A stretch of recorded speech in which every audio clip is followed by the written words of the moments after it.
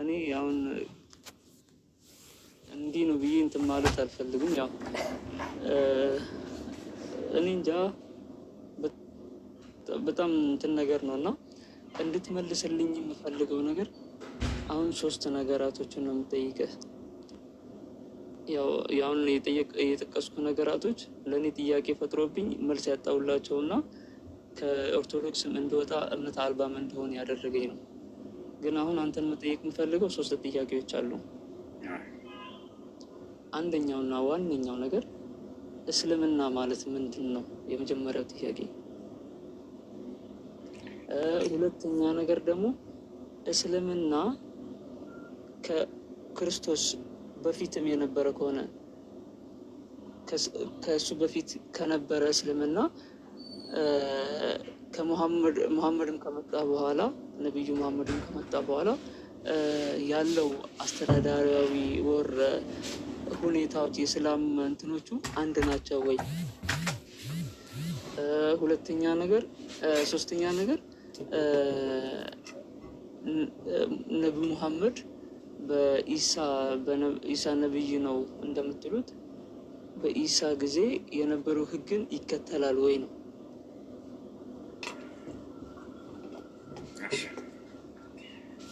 ኢስላም ብሎ ማለት الاستسلام لله والانقياد له بالطاعة والخلوص من الشرك والبراءة من أهله كذلك. ኢስላም ለአንድና ብቸኛ ለሆነው አምላክ መገዛት ማለት ነው። ለእርሱ በብቸኝነት አምልኮን መፈጸም ኢስላም ይባላል። በእርሱ ላይ ቅንጣትን ሳታጋራ አምላክ በነቢያት በኩል የደነገገው ብቸኛው መለኮታዊ ሃይማኖት ነው ኢስላም። ኢነ ዲነ ዒንደ ላሂ ልኢስላም ይላል። ከእኔ ከአላህ ዘንድ ቀጥተኛው ሃይማኖት እስልምና ብቻ ነው እያለ ይናገራል። ራሱ እንደደነገገው ሲነግረን ሸረዐ ለኩም ሚነ ዲን ማ ወሳ ብሂ ኑሐን ወለዚ አውሐይና ኢለይከ ወማ ወሰይና ብሂ ኢብራሂመ ወሙሳ ወዒሳ ይላል። እነሆ ይህን እስልምናን ሃይማኖት እኔ ደነገግኩላችሁ ከዚህ በፊት ኖህን፣ አብርሃምን፣ ሙሴን፣ መሲሁን አዝዤበት የነበረውን አለ። ያ አንድ ነው መንገዳቸው። ሶስተኛውን ጥያቄ በዚህ ላይ ያያይዝ። ሁሉንም ነቢያት አምላክ አላህ ስብሐነ ወተዓላ ኢስላምን የደነገገላቸው። እንዳይብሩም ስታዩት አምላክ የተለያየ ሃይማኖትን በየጊዜው አይደነግግም። አንድ መንገድን ደንግጎ በዚያ መንገድ ላይ ነው ነቢያትን እንዲሄዱ ያደረገው እርሱ። የዚህም የእስልምና ሃይማኖት መገለጫዎቹ ምን ምን ናቸው ከተባለ የመጀመሪያው አንድና ብቸኛ የሆነውን ፈጣሪ በብቸኝነት መገዛት ማምለክ ነው። ሁሉም ነቢያት ያስተማሩት ይሄን ነው። እስራኤል ሆይ ስማ፣ ጌታ አምላካችን አንድ አምላክ ነው ይሉ ነበር። ሙሴም ብሎታል፣ ኢየሱስም ብሎታል። ነገር ግን እስራኤል ሆይ ስማ፣ ጌታ አምላካችን ስላሴ ነው አላሉ። ነገር ግን ጌታ አምላካችን አብ፣ ወልድ፣ መንፈስ ቅዱስ ናቸው አላሉ። ነገር ግን ጌታ አምላካችን አንድም ሶስትም ነው አላሉ። ጌታ አምላካችን አንድ አምላክ ነው። በማንነቱም በምንነቱም አንድና ብቸኛ የሆነ አምላክን የሰበኩት። አላህም በቁርአን ላይ ወኢላሁኩም ኢላሁን ዋሂድ ይላል። አምላካችሁ እኔ አንድ አምላክ ብቻ ነኝ ይላል። ሁለት እንኳን አይደለሁም ብሎ ገልጾታል። ሶስትነትም የለበትም። በሱረቱ ነሕል ላይ ወላ ተተኪዙ ኢላሀይን ኢትነይን ኢነማ ሁወ ኢላሁ ዋሂድ፣ ሁለት አምላካት ያዙ እኔ አንድ ብቻ ነኝና እያለ ይናገራል። ሶስት እንዳልሆነም ይገልጻል። ወላ ተቁሉ ሰላሳ አለ፣ ሶስት ወይንም ስላሴ አትበሉ አለ፣ ከለከላቸው። የሚገርማቸው አትበሉ ነው የሚለው ቁርአን። ሰዎች ከአንደበታቸው ያሉት ነገር እንጂ መጽሐፉ ላይ እንኳን ራሱን እንደሌለ ይናገራል። አትበሉ የቁርአን አገላለጽ በጣም ይደንቀኛል። የተጻፈን እንዲህ ተብሎ ተጽፏል ብሎ ይገልጻል። የተባለ ከሆነ መጽሐፉ ላይ የሌለ ከሆነ እንዲህ ያሉ ሰዎች እያለ ይናገራል። ወቃለት ልየሁዱ ዑዘይሩን ብኑላህ ሲል አልሰማችም? ወቃለት ነሳራ ልመሲሑ ብኑላህ እያለ ይናገራል። እና ይህ ነው እና ወላ ተቁሉ ሰላሳ፣ ሶስት አትበሉ፣ ስላሴ አትበሉ ይላል። ታዲያ ምን እንበል? ኢነማ ሁወ ኢላሁ ዋሂድ፣ አምላክ እርሱ አንድ ብቻ ነው በሉ አለ። እና ይህ ነው ኢስላም ብሎ ማለት። ነቢያቶች ሁሉ የሰበኩት ይሄን ነው። ወቃለ ልመሲሑ ያ በኒ እስራኤል አዕቡዱላህ ረቢ ወረበኩም ይላል። መሲሁም አለ እናንተ የእስራኤል ልጆች ሆይ የእኔንም የእናንተንም ጌታ የሆነውን አላህን በብቸኝነት ተገዙ አለ ይላል። ሙሴም ይሄን ያስተማሩ። ሙሴ ምን አለ? ኢነማ ኢላሁኩም ላህ ላ ኢላሃ ኢላ ሁወ ወሲዐ ኩለ ሸይን ዒልማ አለ። አምላካችሁ እርሱ አላህ ብቻ ነው፣ ከእርሱ በስተቀር ሌላ ማንም አምላክ የለም፣ እውቀቱም ሁሉን ቦታ ያካብብ ሆነ እያለ ይናገራል። አብርሃም ያስተማረው ይሄንኑ ነው። ወኢብራሂመ ኢዝ ቃለ ሊቀውሚሂ ዕቡዱ ላህ ወተቁሁ ዛሊኩም ኸይሩን ለኩም ኢን ኩንቱም ተዕለሙን ኢነማ ተዕቡዱነ ሚን ዱኒላሂ አውሳና። አያችሁ፣ አብርሃምም ባለ ጊዜ አስታውስ ይላል፣ ህዝቦች ሆይ አላህን በብቸኝነት ተገዙት፣ እርሱንም ብቻ ፍሩት። የምታውቁ ብትሆኑ ይህ ለእናንተ የተሻለ ነው አላቸው። ከዚያ ከአላህ ውጭ የሚገዟቸውን ሁሉ ጣዖት ብሎ ነው የጠራቸው። እነዚያ ከአላህ ውጭ የምትገዟቸው ሁሉ ጣዖቶች ናቸው አለ አብርሃም። በራሳችሁ ጊዜ አምላክ ናቸው ብላችሁ ፈጠራ ፈጥራችሁ ነው አለ። የሰዎች ፈጠራ ናቸው ከአምላክ ከአላህ ውጭ እንዳለ አማልክት ተብሎ የተጠሩ ፈጠራችሁ ናቸው፣ የራሳችሁ ፈጠራዎች ናቸው ብሎ አብርሃም ገለጻቸው። እና ይህ ነው ነቢዩ ሰለላሁ ዐለይሂ ወሰለምንም የጠራቸው ወደዚህ ወደ ነቢያት መንገድ እንዲጣሩ ዘንድ ነው። በዚህ መንገድ ላይ አድርጎ ነው የላካቸው። እሺ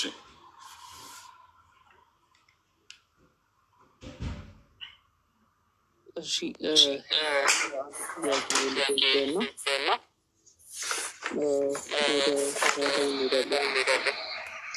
ኤርፎን ነው ልቆማ ኤርፎን አሁንም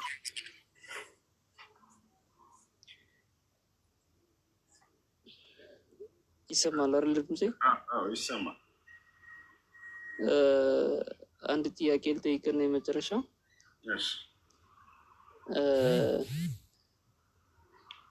ስለ ቁርአናችሁ ማለት ነው፣ ስለ ሙሴና ስለ ኢሳ እስቲ የሚለውን በደንብ አስረዳኝ እስቲ። የመጨረሻ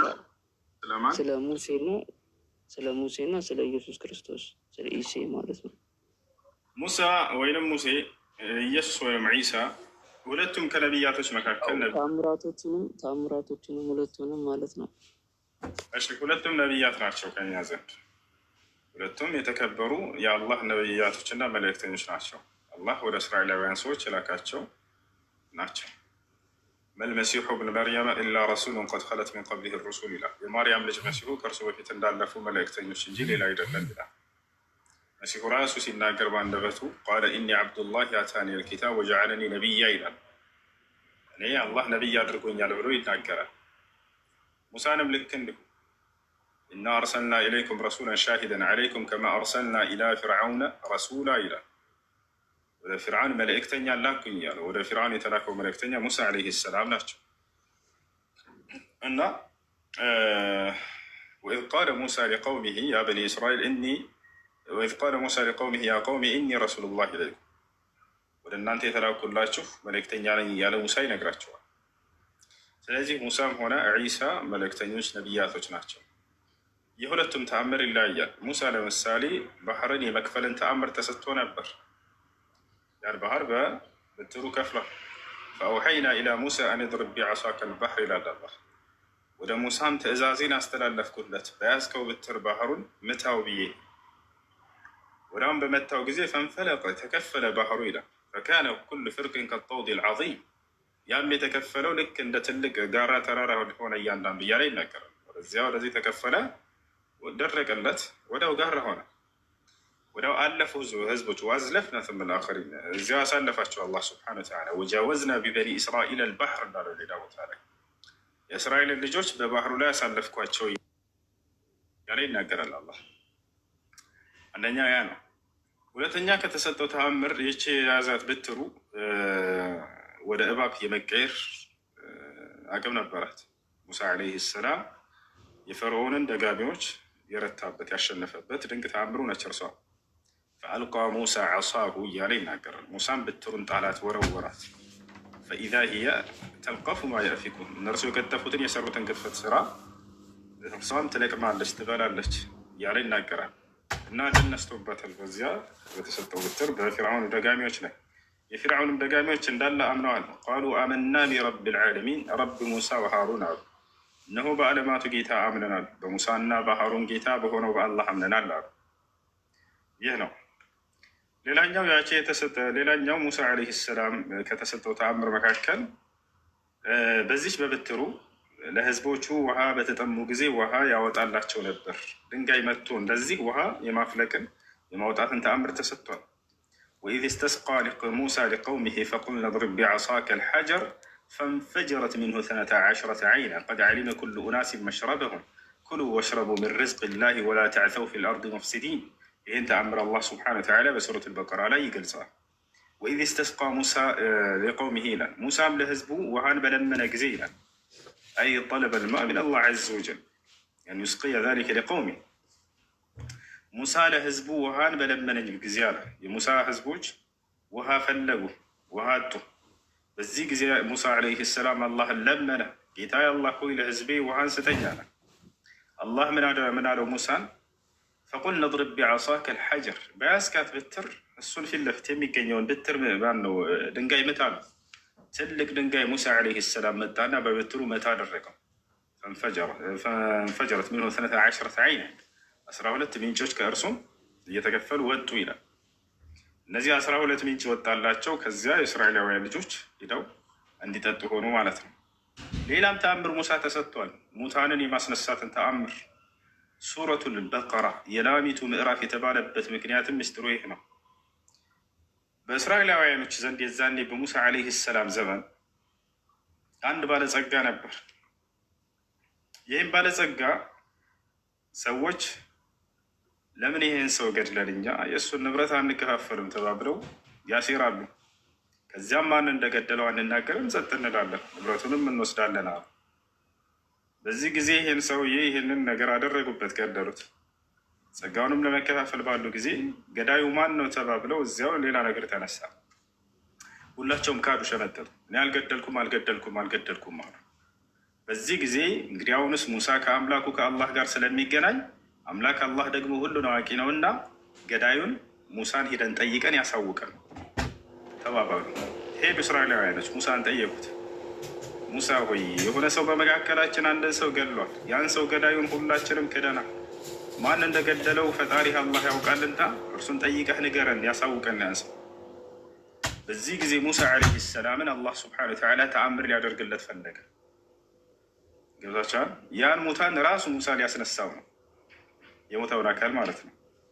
ከዚያ ሙሳ ዓለይሂ ሰላምን ሙሳ ዓለይሂ ሰላም አላህን ጠየቀ። አምላክ ያላህ ወይ ይህን የገደለን ሰው ንገረና ሙሳ ሆይ ላምን እንዲያርዱ እዘዛቸው ህዝቦችህን አለው። ወይፈንን ላምን እረዱ በላቸዋል።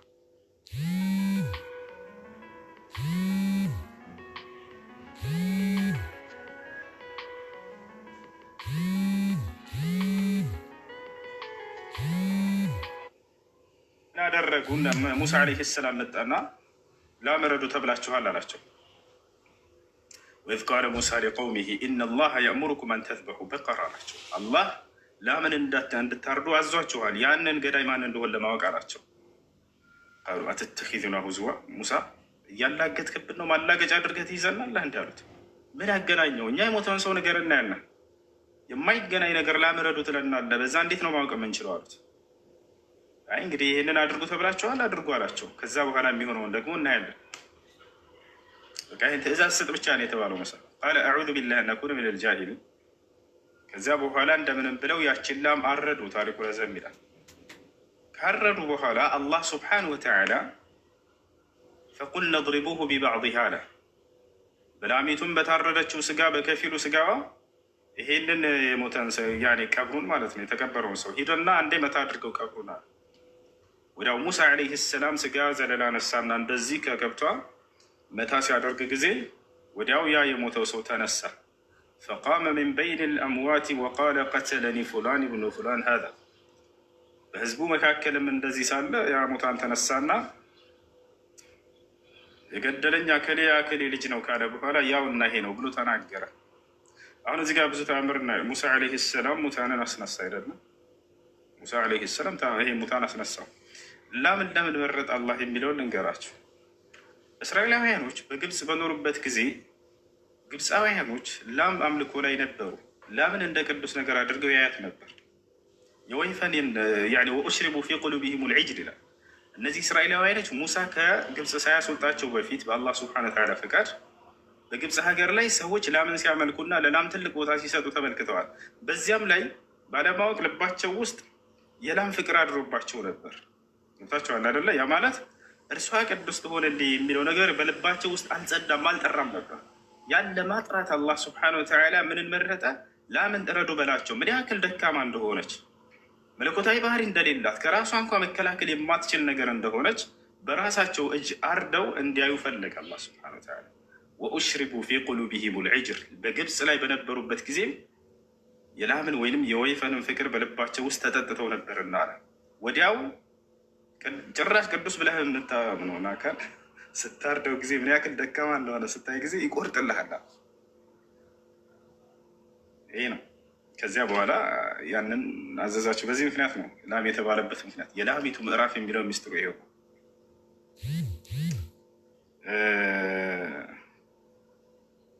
ሙሳ ዓለይሂ ሰላም በርካታ ተአምራቶችን አድርጓል።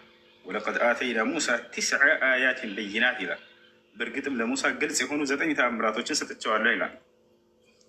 ሌላ ከተሰጠው ተአምር መካከል ፈአርሰልና ዓለይሂም ጡፋን ወልጀራደ ወልቁመለ ወደፋዲዐ ወደመ አያትን ሙፈሰላት ፈስተክበሩ ወካኑ ቀውመን ሙጅሪሚን ይላል። ሱረቱል አዕራፍ ላይ አላህ ሱብሓነሁ ወተዓላ ለሙሳ የሰጠውን ሌሎችን ተአምር ይገልጻለታል። ፈርዖን እንግዲህ እስራኤላውያንን ሙሳን እና ሃሩንን እስራኤላውያኖችን ይበድላቸው ነበር፣ ይገፋቸው ነበር፣ ይጨቁናቸው ነበር። በዚህም ምክንያት አላህ ስብሐነሁ ወተዓላ ያንን በዳይ ፈርዖንን ይቀጣው ነበር። ፈአርሰልና ዐለይሂም ጡፋን አለ። ማዕበልን አላህ ስብሐነሁ ወተዓላ ውሃን ላኩባቸው፣ አስነሳሁባቸው አለ። በውሃ እንዲሰምጥ አደረገው አይደለም። ከዚያ በፊት በዚያው በግብፅ ላይ ያለ ይቀጣው ነበር ፈርዖን። ወልጀራድ አንበጣን ያስነሳበት ነበር። ወደ እህል እንዳለ እየገባ ሁሉንም እህል ይጠዘጥዝባቸዋል። ከዚያ በኋላ ባዶ መና ያስቀራቸዋል። እነዚያን አላህ ስብሐነሁ ወተዓላ ያስነሳባቸው ነበር አለ።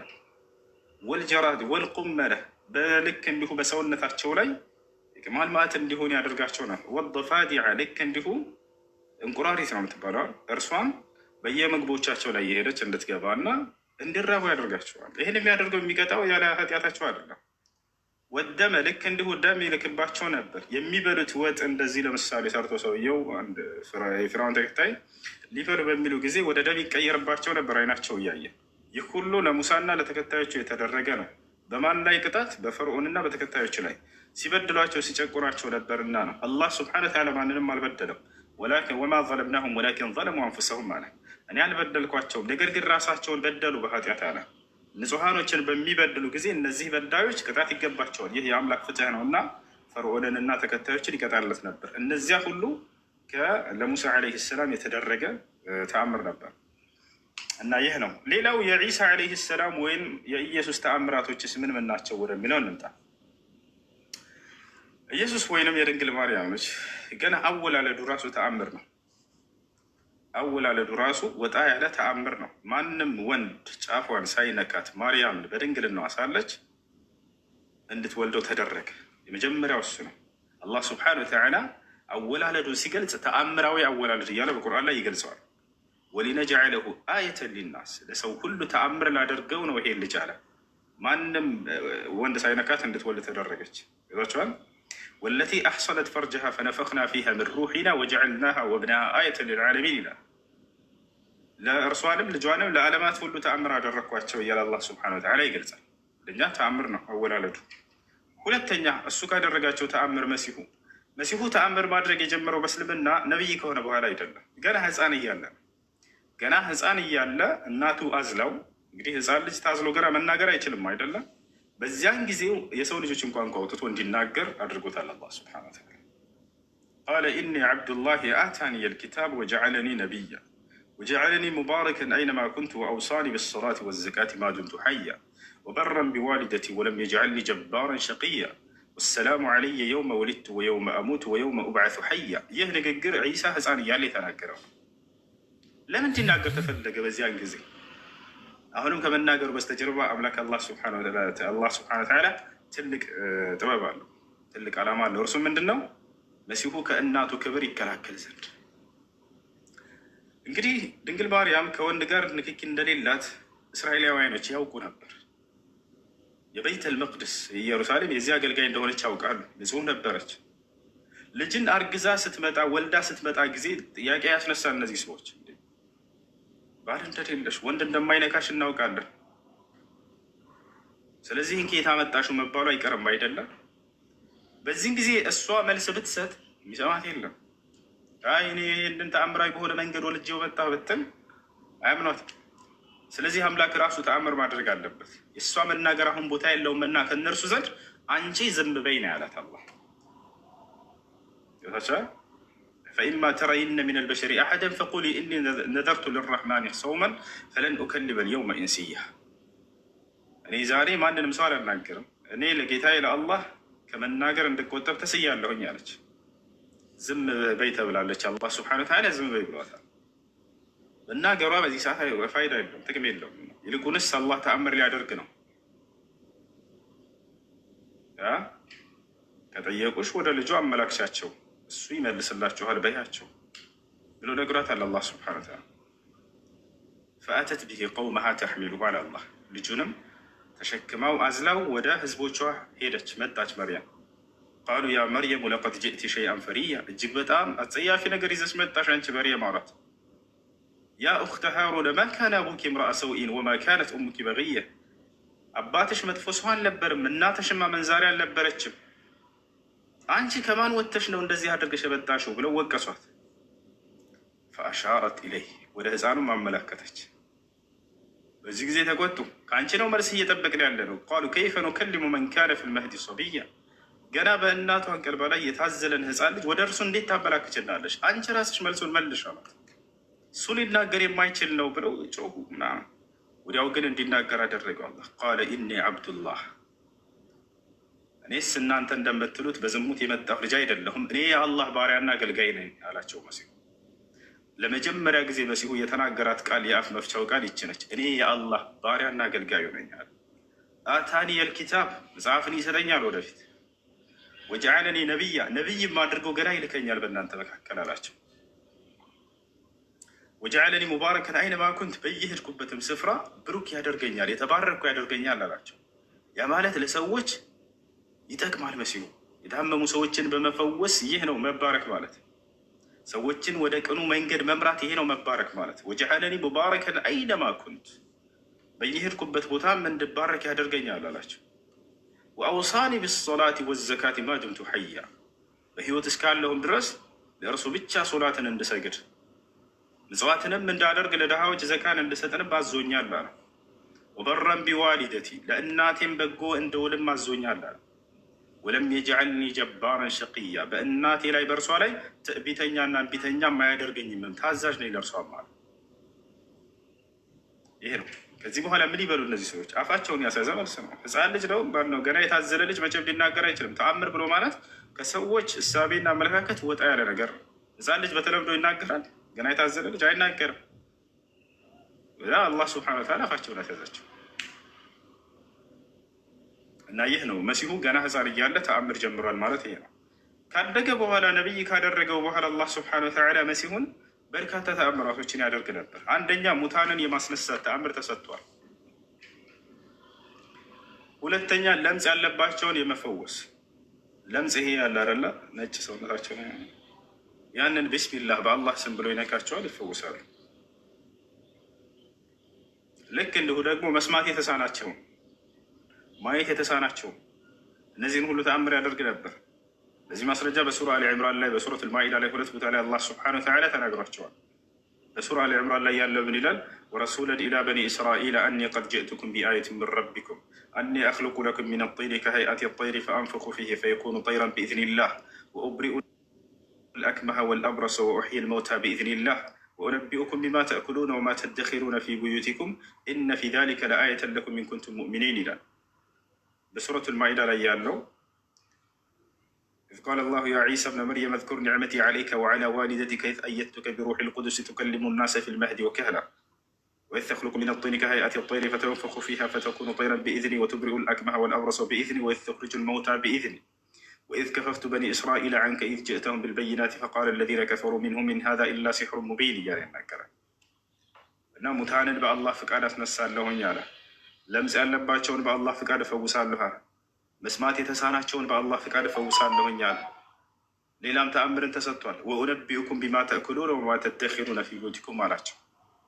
ህዝቦቹን እዛው እያወራቸው አሁን ሄዳችሁ ቤታችሁ ምን እንደምትበሉ እነግራችኋለሁኝ አለ። ህዝብ እዚህ ተሰብስቦ እያስተማረ መሲሁ እያንዳንዱ መጥቶ ቤቴ ምሳዬ ምንድን ነው የተዘጋጀው ብሎ ቢጠይቀው ያውቀዋል። መሲሁ ይነግራቸው ነበር። ወኡነቢኡኩም ቢማ ተእኩሉን፣ የምትበሉትንም ከዚህ ሄዳችሁ እነግራችኋለሁ። ወማ ተደኺሩነ ፊ ቡዩቲኩም አላቸው። ልክ እንዲሁ ይህም ብቻ ሳይሆን ቤታችሁ ውስጥ ያካበታችሁትን ምግብ ልክ ጉድጓድ ውስጥ እህል ምናምን ይነግራቸው ነበር። ያን ያስቀመጡትን የደበቁትን ይነግራቸዋል። ይሄን ሁሉ ተአምር ተሰጥቷል። ከተአምራቱ በስተጀርባ ግን ትልቅ ዓላማ አለው። የጀማ ነቢያቶች ተአምራትን አሳይተው ህዝቦቻቸውን አስጨብጭበው መሄድ አይደለም ዓላማቸው። ከተአምሩ በስተጀርባ ትልቁ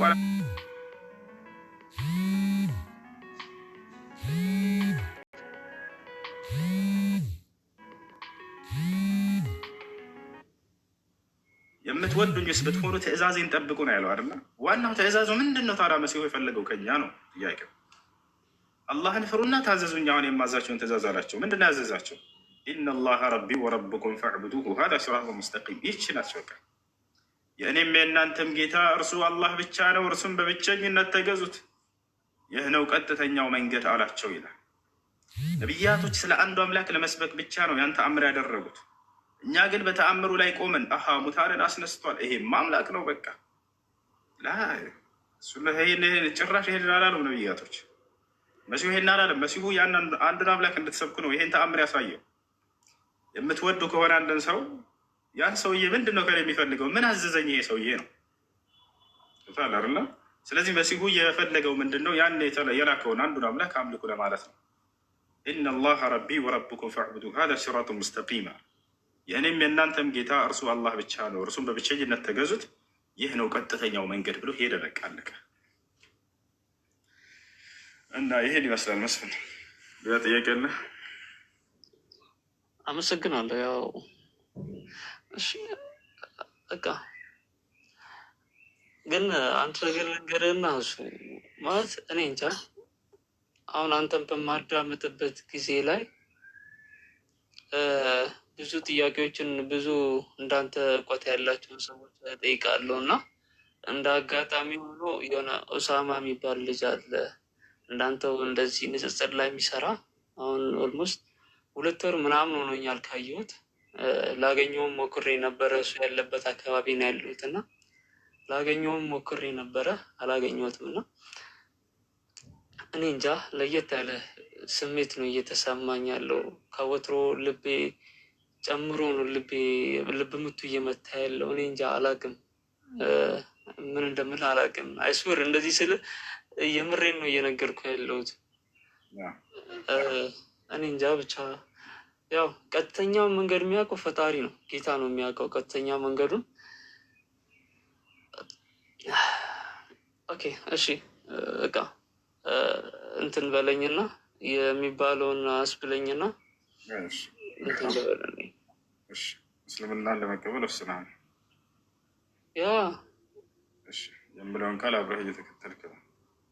ኦኬ አሽሀዱ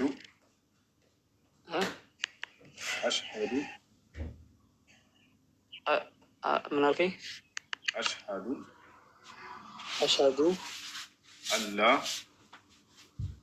አላ ፓሎ ቤት ኪንግ ኢላላህ አሽሀዱ አላ ኢላሀ ኢለላህ ማለት እነሆ ከአንዱ ከአላህ በስተቀር በእውነት የሚመለክ ሌላ አምላክ የለም ብዬ መሰክራለሁ ማለት ሲሆን፣ ወአሽሀዱ አነ ሙሐመድ ረሱሉላህ ማለት ደግሞ ሙሐመድም የአላህ መልእክተኛና ነቢይ ናቸው ብዬ መሰክራለሁ ማለት ነው። አንድ ሰው እስልምናን ከተቀበለ በኋላ ሻወር እንዲወስድ ታዘዋል፣ ለሶላት ዝግጁ ይሆን ዘንድ። ከዚያም ስለ ሶላት አሰጋገድ በመማር ሶላትን ትጀምራለህ ማለት ነው። አንድ ሰው እስልምናን በተቀበለበት ቀን አምላክ አላህ ምን ያደርግለታል ወደሚለው ስንመጣ የመጀመሪያው ምንድን ነው? ያለፈ ኃጢአቱን ይቅር ይለዋል። አምላክ አላህ ወደ እርሱ የተመለሱ ባሪያዎችን ይቅር ባይ የሆነ አምላክ ነው። ወኢኒ ለገፋሩን ሊመን ታበ ይላል። ወደ እኔ ለተመለሰ ባሪያዬ እኔ ምርለታለሁ ብሏል። ያለፈ ኃጢአትህን ዛሬ እንዳታስበው፣ ሁሉም አላህ ዘንድ የተማረ ሆኗል። ከአላህ ዘንድ ልክ አንድ ህፃን ልጅ ከእናቱ ሆድ በሚወጣ ጊዜ ያለ ኃጢአት ሆኖ እንደሚፈጠር ልክ እንዲሁ ወደ እስልምና የመጣ ሰው ያለምንም ኃጢአት ንጹህ ተደርጎ ነው ከአላህ ዘንድ የሚቀበለው። በሌላ ቦታ ላይ አላህ ሲናገር ቁል ለዚነ ከፈሩ እየንተሁ ይግፈር ለሁም ማ ቀድ ሰለፍ ይላል። ሙሐመድ ሆይ ለእንደዚያ ለካዱ ሰዎች ከተመለሱ ያለፈ ኃጢአታቸው ይማርላቸዋል፣ ይሄን ንገራቸው ይላል ነቢያችን ሰለላሁ ዐለይሂ ወሰለም ሐዲስ ላይ። አልእስላም የጅቡ ማ ቀብለሁ አሉ። እስልምና ከእርሱ በፊት ያለን ኃጢአት ያስምራል፣ ያስተሰርያል አሉ። ሰውየው ሲሰልም ጊዜ ያለፈ ኃጢአቱ ይማርለታል ማለት ነው። ስለ ሶላት አሰጋገድ ምናምን በመማር ሶላትን በዚህ ላመንከውና ለመሰከርከው ለአንዱ አምላክ ብቻ መስገድን ትጀምራለህ ማለት ነው። ስምህ ማን ነበር? መስፍና። መስፍና። ደስ የሚልህ አንተ የምትፈልገው የምትወደው ስም አለ ወይንስ ላውጣልህ? ያው እኔ የምወዳቸው ሁለት ስሞች አሉ ከእስልምና። አንደኛው ሙባረክ፣